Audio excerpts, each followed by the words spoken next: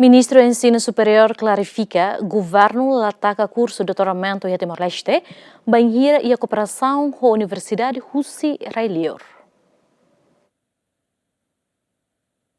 Foi na Leste, Conselho Ministro aprova a resolução IDA, nebe apresenta o Ministro do Ensino Superior, Ciência e Cultura, que suspende a abertura ciclo ensino for e a universidade. A resolução o governo Mos declara ataca curso de doutoramento, se nebe lahetan autorização. Decisão ainda zera protesto a universidade privada Balum, nebe antes local curso de doutoramento.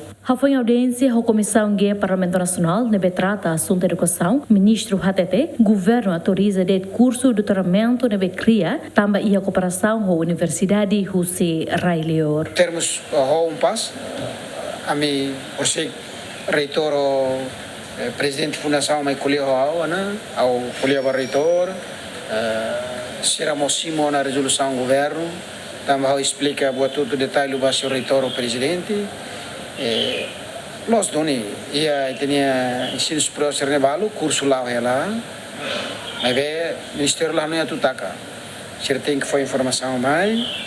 Agora, em relação ao doutoramento, a até de enrola modelo ida o Entel halo. O Entel íamos doutoramento. Mas se serviço mútuo com a Universidade Mackenzie Brasil, ou a Universidade Federal Santa Catarina, mas logo que doutoramento ia a Faculdade de Educação. Professor Sira Maiusilio, certificado lá do Entel Macfo, mas bem certificado nem Maiusi Universidade do Railior Macfo.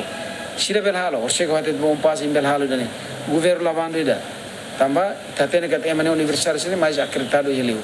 Belhalo dane, mas bem tem que foi informação do Ministério para ter. Dedeu ensino superior hamutuk sanolo recensia, mas que existe e ha Timor-Leste. Equipa cobertura, GMN.